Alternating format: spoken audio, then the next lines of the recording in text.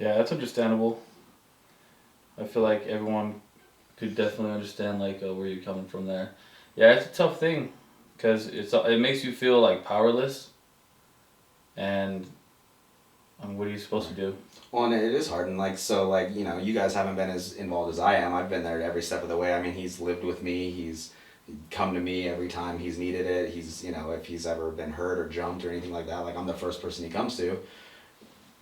Mostly because and in the past, not that I enabled, but I just didn't do anything about it. I just gave him a place to stay, and like you said, like after a while, like that's all I am to him anymore is, I can do whatever I want. I know I'll have a bed here, or I can have, and so like it's hard, like because you want to feel like you're helping. You don't want to push him away because once you turn him away from the door, you don't know where he's gonna go. If you would have brought him in, would he have stayed clean, or you just kind of have to learn the mind of an addict and realize that that's what he does need is to be told no. Like that's what he does need is to be forced to rock bottom. That's what he does need is to struggle to the point where it's not worth it even with the drugs anymore.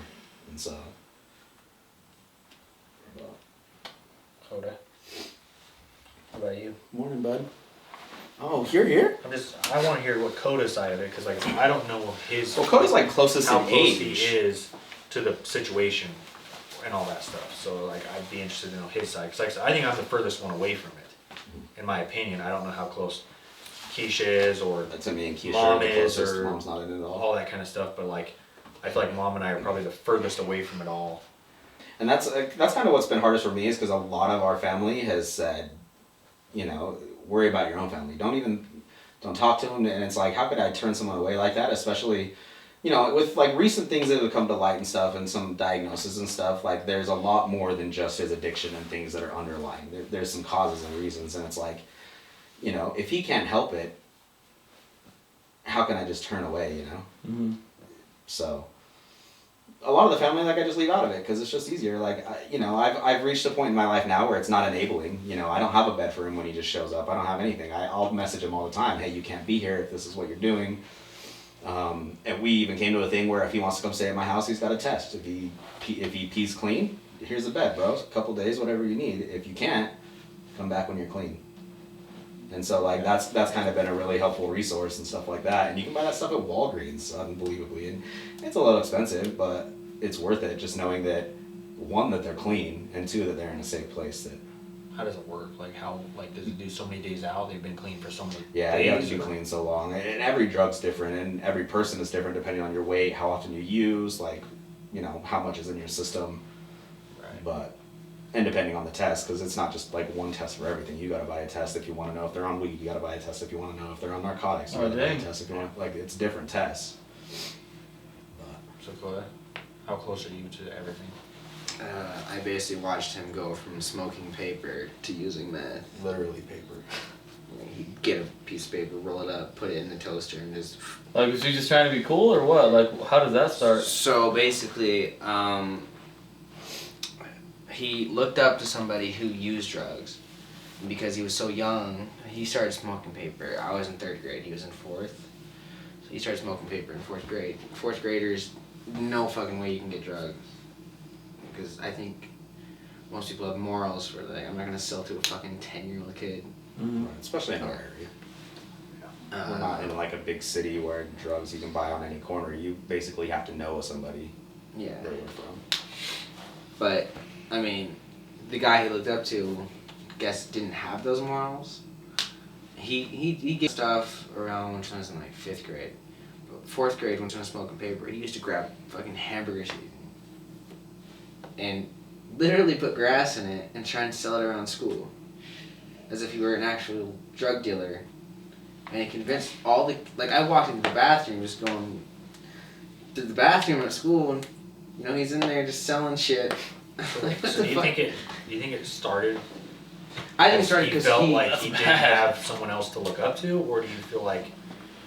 Okay, so growing up, we always had like the groups. Me, you, and Braxton were sports. DJ was himself, and Keisha was. himself.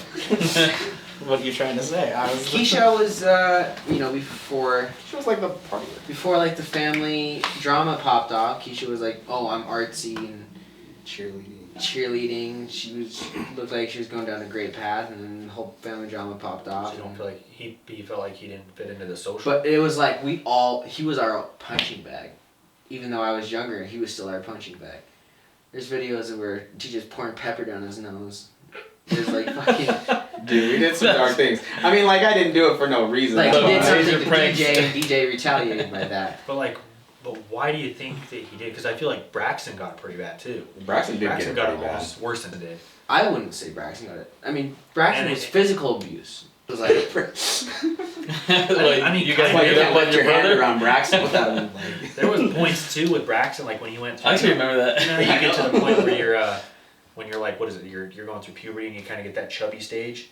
Like Braxton went through the chubby stage, and I mean, we made fun of him all the time. About yeah, it. he had man boobs, and you guys used to call him mute. And he Boobs. never took Yeah. his shirt off, ever. I'd never seen him without a shirt. Even we'd go swimming and he'd wear a long sleeve shirt. But that was nothing compared to what we did. Oh, he's got a full blown 6-pack. So do you Guy think it looks was like a male like? model. Do you think it was like? Because we eventually let up on maybe Braxton. Braxton just had a different state of mind. He was more Braxton- mentally strong. We still included Or- Braxton. I think what it was I think what it was more so is like the ability to overcome it, to know that it's a joke. I mean, speaking for myself as a kid, you could call me fat, you can call me names. Like, I never took you seriously. Like, I didn't. Like, straight up. I thought you were kidding. If you were serious, I was a big enough kid that I would handle myself. But, like, I just never thought you were serious. You could have made any joke and I'd laugh about it because we're family. Like, I know you're not serious. Right. No, so what I was saying, like, is I feel like our family, the way, like, that we were just a family unit is we just, like, we talked a lot of shit, but we were a super competitive family, too. We were, even us more inactive people, we were still playing sports, we were still, and, like, that's just part of the competitiveness. We talked shit all the way up until we played the games, we talked shit through the games, we talked shit on each other after the games for mess-ups that we had. Like, our entire life was shit-talking. And for us, Do you think that like that's where we were. maybe And, like, maybe he wasn't the same mindset as all of us? I think so, and I think a lot of it was like Because he didn't play games with us. He didn't do any of our sports. Because like with he used to do us. He football didn't- with us every once in a while. Like he used Yeah, to but we had to football. force him. We used to have to bribe him to come outside. Yeah, I think he wanted to separate himself. He just wanted to wasn't be what he was different. into. Because I remember that too, that he wouldn't really like play. Yeah, Any and he just games, didn't like like, and some football, people just basketball. don't have it. I mean, I've heard you say the same thing in the past too. Like some sports, like you just don't have it. Like it's just not your sport, and it's not fun when you're not good at it. Mhm. But I guess what I'm trying to understand is why not just come up with something that you're good at?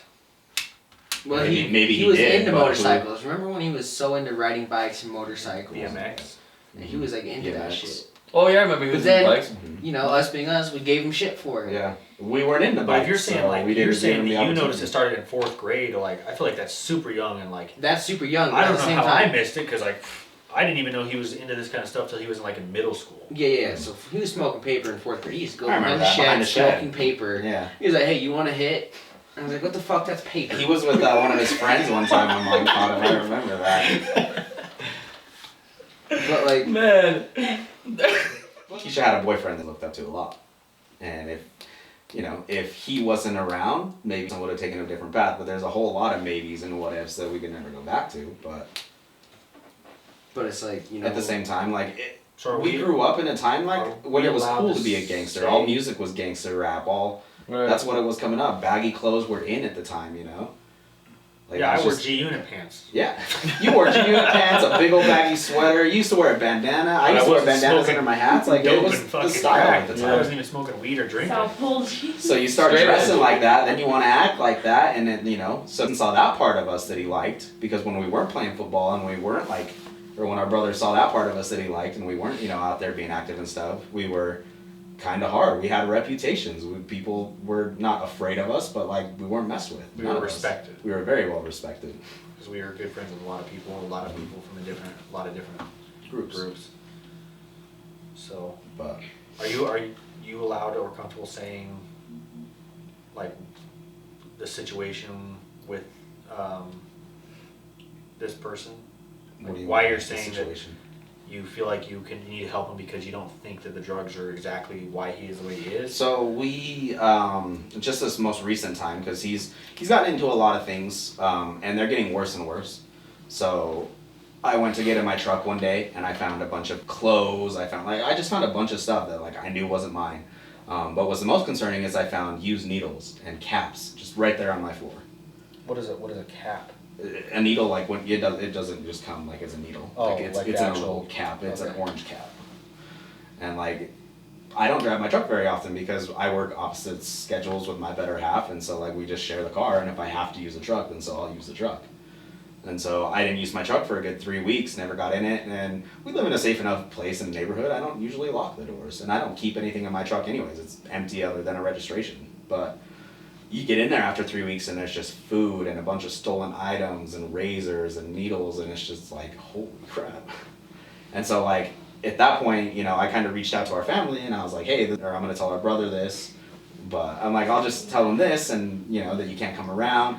And conversations with him, because, and that's kind of where I feel bad too, is, you know, the reputations in the past, he still wants to seem cool. And in his mind, it's cool to be doing these gangster things, you know? And so he's getting into, you know, stuff that's just going to lead down a darker and darker path. And so that's kind of like where we stepped in really big, and we started getting into meetings. We took him to a crisis center, and we're trying to get him all of that. But one of the steps we took was we got him like an evaluation through a psychiatrist or a counselor. I don't remember specifically what or who, but who said that he had something wrong with his brain. So more than likely, like, it's not just his thought process, but with the use of drugs, it makes that like much worse. And so where we're at now kind of with him is, if we can get him sober, get him clean, to realize that there might be a little more going on, it's not completely him. We get him on like a Medicaid, and then we try to get him on like Social Security and things like that, because if he's unable to think for himself really and understand consequences or whatnot, sober, there's no way he'll ever do it through drugs. So do you think his mental state is based off of Well, and that's what we were talking about. hereditary? Because we have We do, like, our family has a father lot of is mental bipolar issues. and what is it called? Depression disorder and stuff like that. So they think it's based off that, or is it something else? They don't think it's based off that. They're thinking, well, when he was a little kid, he stopped breathing for a while. And the amount of time was like 45 minutes or something like that. But lack of oxygen to the brain, our mom drove him to the hospital, and because she put him down for a nap, went back in there, and she noticed he was blue, and she drove him to the hospital because she was afraid to wait for an ambulance and it might not make it in time. And so when she took him to the hospital, she just had to keep pinching him, and when she would do that, it would hurt and he'd gasp for breath. But to not have oxygen to your brain for that amount of time, that's what we're saying. They're thinking he played a massive role in this. And so his diagnosis that they've given him, and that's why we were supposed to go to the doctor and get tests and everything done, but he doesn't have any kind of insurance, and he's not a threat to himself. I mean, when he's being evaluated, he's not a threat to himself or others. And so there's really nothing they can do for him at the time. And so that's kind of where we're at now, is let's get him put on Medicaid, let's, you know, help get clean and things like that. So Let's do stuff. no doubt. We kind of cut Kota off, but It's alright, you can sit in the gym. you can keep going on your story. You said you used smoking paper in the back, doing the seasoning. Like, so go further, because I know that you, like, are you So it started still, off as like are you so still innocent. close with them? Like right now? Like, or what's your You know, like you said, relationship everyone's now? like, we kind of all have like a group. I've already said this, like, but we also have like a duo kind of, like, you had DJ, two oldest, Braxton and Keisha had each other, the two middle, and I had each other, the two youngest. So like, he reaches out to me if he like wants to hang out. Like, he'd always be like, hey, let's go get some lunch. Like, I got shit too. Like, we're supposed to stick together because we're the two youngest. But I was watching, because I went to school every single year basically, except for like when he went in and out of, you know, juvenile detention and shit like that. And it started off so innocent, so like nobody took it serious, you know, because everybody knew he was smoking paper. I guess you didn't. But I mean, the guy used to do it in the kitchen with the fucking toaster. Like, it started off so innocent, because you're just like, It's just paper. not And fun, then, but you it know, is. the 5th grade, he gets, I think he started with weed. Was the first thing he started with. And then by 6th grade, he was making homemade bongs in his room. And, like, you'd take away his weed, and he'd start taking, like, triple C. And he used to somehow get air duster, and, like, Huffing. when he was huffing air duster, like, it's, you know, being younger, I didn't understand drugs, and it looked like he was fucking dying. Like, he just, like, collapsed over like that. Like, all his friends were hyping him up, and I was taking the air duster out of his hand, and, like, I chucked it out in the backyard or something. I used to get home after being at your guys' house. Doesn't that like kill your brain cells really bad? Probably. Like, I used to The get huff home air. after being at your guys' house. I'd get home, someone was fucking hunched over with air duster in his hand and triple C's, like, empty packets. What is triple C? Yeah, what is Is that? that like the I don't know if medicine there's, like, you get from over the counter? Technical term, but that's what everyone was calling around in school was like triple C. I don't know exactly what it is, but it like makes you high. I used to take like 16 at a time. Like that's What is it, like a pill or like yeah, a it's gum like or a pill that comes in like you know how like you push it out the other end, comes out like that, so you can tell when something's been taken out. And Holy like cow. used to come home, he'd be mixing those, and he'd steal Dad's alcohol when Dad didn't know, and he used to I don't know how he'd get like tequila, put it in my backpack, and then fucking like I'd find it at like I think one time I found it in school. I was in middle school. I found it in my backpack. No, I didn't say anything because I was like, I'm not going down with the ship. No way. So I just let it be. But he used to like push it in my stuff too, and then he used to. 7th grade, he was in 8th grade. He came home with $500 because he started selling. So you watch it progressively get worse, and then 9th grade's when he tried meth for the first time. And then he got arrested, and then he came back out 10th grade, tried meth again, got arrested, and it's been like a cycle. He's still on that cycle. But it's like, at that point, it's too late to stop and help him. Because he's already gone down that road. Mm-hmm. What can you really do? Take the drugs away from him, he'll find, like I said, he's going to find anything. So like, The guy used to get hairspray on a rag and just Nail polish. nail polish. but why? Like, do you think he did it because it was cool? Did he do it because I think he was he- looking that's for how a it high? started. I think that's how it started, but it's like when you're addicted, you know it's wrong. You can literally think like, this shit is wrong. And it's like the mental battle. It's like you can tell yourself like, oh, I'm not supposed to eat pizza, but then when pizza's in front of you, I'm fucking hungry. I'm taking a slice. Yeah. That's what it's like. Cause like, Dang. and like for him, it was so easy to get a hold of shit like that. Like markers. You couldn't give him anything. He'd find a way to get high off of it. I'd give him props for creativity, but like, Is that why they make scented markers? probably. Trying to encourage kids to sniff a marker. It is crazy though, like the stuff he would make sometimes, like when he would show up at my house or something, he wouldn't even spend the night and he'd hide something in my house that I'd find. And you're like, you made this? Like, how is your thought process? You just have to know what you gotta do. Like, He used to take apples and make bongs. He used to make Yeah, canned bongs, pretty pen fun. bongs. What else has he done? He's done so much shit. So is he sober right now? no, but he's locked up right now, so he will be soon. So, yeah, he's got a long road ahead of him for sure. What do you think the root cause was for it all? Like why he became addicted, or That's why hard he to started, or He wanted What to do be you mean? cool. It could be something mental. It could He be Like, wanted you to think be it was cool. because Could be of like he because felt of like we he was bullied alone. him? And Do you think it was because I of think it's a combination the of everything. divorce? Do you think it was because I mean, you got to look at our family as a whole. We Our had a really, family really history is strong not- childhood. A perfect family history. I mean, We had a very strong childhood, and we had one of the most broken homes before we even grew up. you didn't grow up We by like literally- 3rd grade. You were fucked. we literally watched our family like as a super strong unit, born and super religious, attending, religious activities every week, to, before any of us were even 17, 18, to, we knew what drugs were, we knew what alcohol was, we've seen violence in our home, we've seen, we grew up with, we seen some of the darkest parts of the world as one of the most fragile points in our lives. And I think where his age was and the lack of willpower and maybe already being involved in a little bit of it, it was already spinning too fast out of control before anybody could actually get a grip. You know? We let some fucking menaces in our house a lot. I'm not gonna lie. Like, I'd wake up in summer and there'd be fucking people like smoking that's crazy weed in the backyard. Yeah, I mean, like we literally had both sides of the spectrum. at the time, and I were 8 and 9. We were fucking younglings. So it's just. But I guess what I'm trying to understand, I'm just trying to grasp it, is like, how is he the only one that spiraled so far? Because he's so different than all of us. Like I said, we're all competitive. But I feel like our sisters I don't think he had support.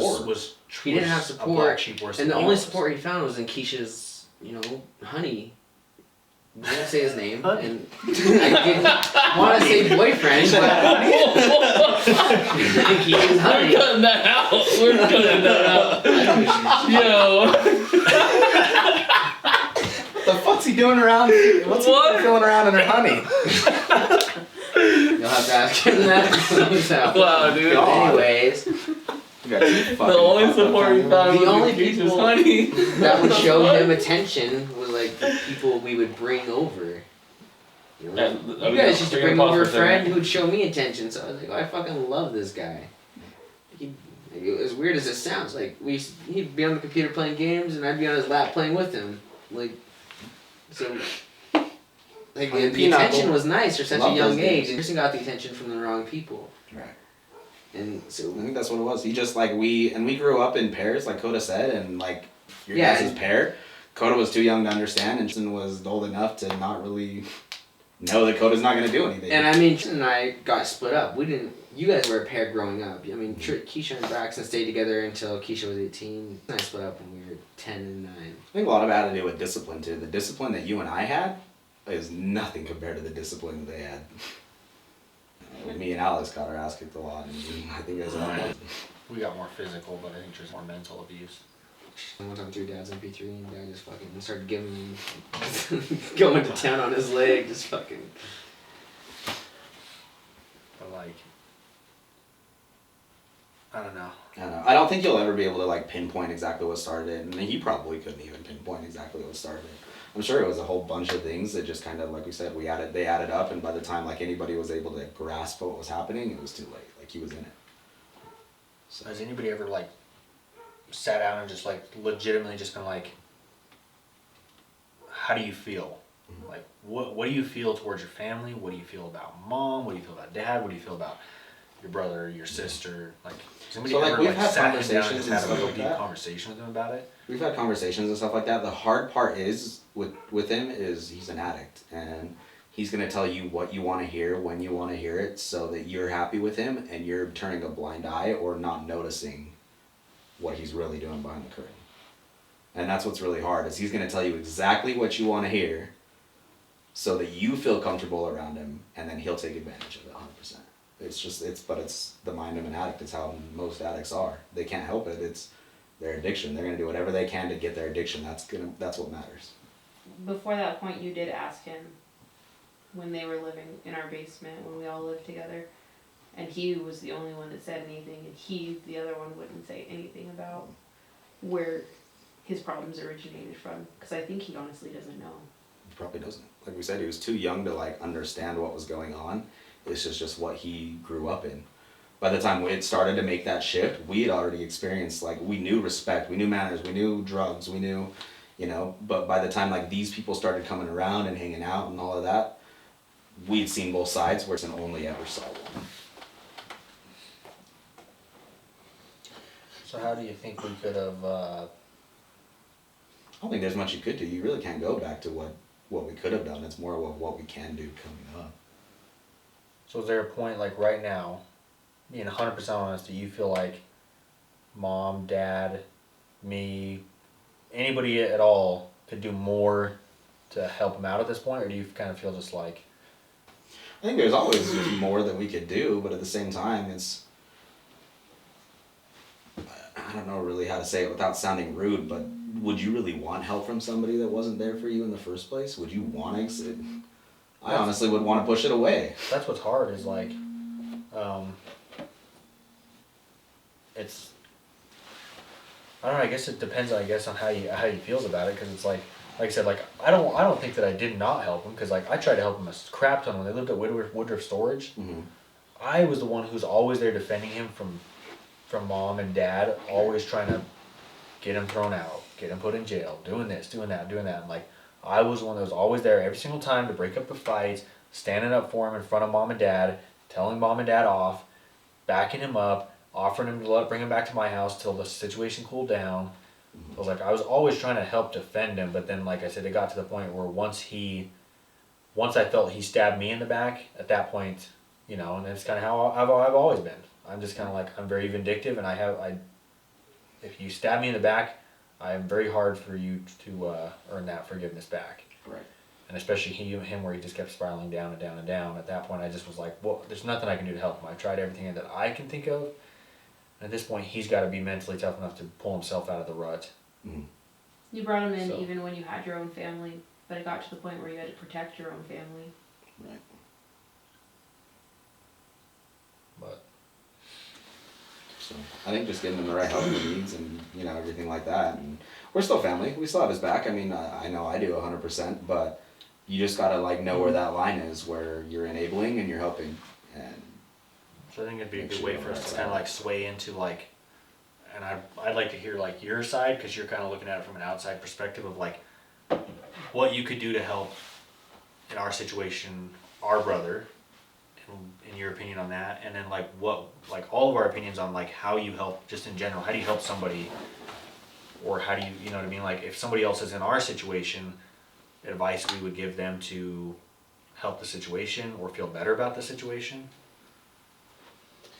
I don't know. I mean, I would just talk about like sobriety. I mean, how long have you been sober? You know, I've been sober for a long time, dude, long time. So I can talk about that and tell him, you know, if I had a chance to talk to him, I could probably just explain to him what my life's been like and see if there's any way he could like find something in what I say like relatable, right? Mm-hmm. And then just try to build on that, I feel like, right? right. Because he doesn't really know the road to sobriety just yet. And so if those of us who are sober and have been for a long time could talk to him about that, kind of like as a guide, right? Right. Being able to That's see what I it from think. both sides, Yeah. you can show, but you would have never known the better side of sobriety without being sober. And that's getting that across. I see. So basically relating to him, finding a way to relate and showing him a path that you took, like trying to show him there's an alternative path too. Mm-hmm. I think a lot of that just has to do with interest. You got to find something you're interested in, because if you just try to quit and quit, and you do have nothing to do. Like, Yeah. it won't work. Like, you have to find things that you enjoy. You got to start to experience life. You got to get out. You got to, like we said earlier, like you got to keep your mind busy, because that's what keeps you back every time, Yeah, he's got to set goals. right? He needs goals. Something He needs to something work else for. that he cares about. Something that he can see and touch too as he goes along the way, to notice the changes. Mm-hmm. And that's just addiction in general, and that's part of, you know, and even like the programs they put you in is support is a big one too. Like, there's somebody there that's been there, done that before, and is living a better life. And like, to be able to see that, have somebody to call on when you're feeling low that relates to you 100% is massive. Because they've had the same thoughts, they've had the same struggles, they've had the same addictions, they know what it's like to want to use and have nothing to do, and like that kind of support is massive. Stories you hear and stuff, or people that are like, if it wasn't for this person that, you know, I pushed them away, and they were always there, I would have never bounced back. If it wasn't for so and so and this, like, Yeah, actually letting go. right. Those are Yeah. some of like the best stories, and usually 9 out of 10, that's how they are. No, not a lot of people are like, I just did it. I did it on my own. I finally decided, and I did it. Like, doesn't happen very often, especially with an addiction like that. But Well, just to kind of wrap everything up, and kind of to end the podcast for this episode is, I would just say, like, you know, reach out, be there for people, love your family members, try to help out, and if anybody knows any like resources, like numbers to call, websites, anything like that would help, somebody that's in a similar situation that's addicted to drugs, alcohol, sex, I mean, whatever it is, you know, comment it, give them an out, like a source to go to that can help that situation, because we're all about trying to help. You know, all about trying to be there for each other, love each other, try to encourage that and push that forward. So, I mean, Just never stop learning about it either. I mean, the more you know about the addiction and the drugs itself, the better you are. You know, then what you can look for, you can help, you know, better support systems. Just learn about it. Exactly. So, but that's what I would just say is just keep doing that, because, you know, one of the biggest fears, or I don't know if I would say it's a fear, but one of the biggest things that pops in my head almost every single day is, in the back of my mind, I'm always wondering, when am I going to get a call from, most likely, DJ saying, hey, they found him, and he's, you know, he's not with us. Right. And so, like, that's always in the back of my head of if that might happen, and it scares me to death, because I don't know how to react to that, you know. Sure. And I don't know how Dad would react, Mom would react, you guys would react, you know. And I think it's just something that you and I kind of relate to, is like we feel like we have to be the glue almost sometimes for the family. So like when things like that happen, we have to try to be the ones that put our arms around everybody and try to hold everybody else together. Right. And so, you know, it is what it is. So, but if anybody else has anything else they want to say, I just want to give a shout out to everyone who is maybe if you're struggling right now, or if you were before and you made it through. Shout out to you, because that's a hard thing to do. And if you're watching this and you've been through something like that, if you feel free to, you know, share your story with us if you want. You can comment below, let us know what helped you. Oh, yeah. 100%. You guys got anything else you want to throw in there? Or? Nope. Perfect. We'll wrap it up. Join us next week for our casting couch audition. What's the next episode gonna be on? 7. It'll be I know the number. But anyways, thanks for watching. This is what we talk about. Thanks to DJ for being our guest star, first guest on the show. Big shout out to DJ. Yeah. Appreciate everything. Appreciate the love and support. Don't forget to like, subscribe, and we'll catch you guys on the next episode. Deuces. Peace. You know what, Ivana? You know, they don't have the willpower to power through that addiction. I think your shout out might get them through it. So.